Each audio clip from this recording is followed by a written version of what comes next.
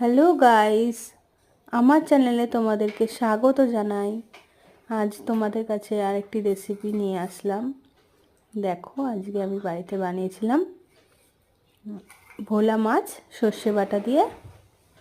প্রথমে মশলাগুলোকে ভালো করে কষিয়ে নিয়েছি, পেঁয়াজ, কাঁচা লঙ্কা চিড়ে, টমেটো কুচি দিয়ে, নুন হলুদ পরিমাণ মতন দিয়ে। তারপরে মশলাটাকে জল দিয়ে কষিয়ে নিলাম। এবারে পরিমাণ মতো জল দিয়ে দিলাম, কারণ মাছ ভাজাগুলো দিতে হবে, মাছটা সিদ্ধ হতে হবে। তো মাছটা ফুটে গেলে ঝোলটা, তারপর মাছগুলো দিয়ে দিলাম। একে একে সবকটা মাছ দিয়ে দিলাম।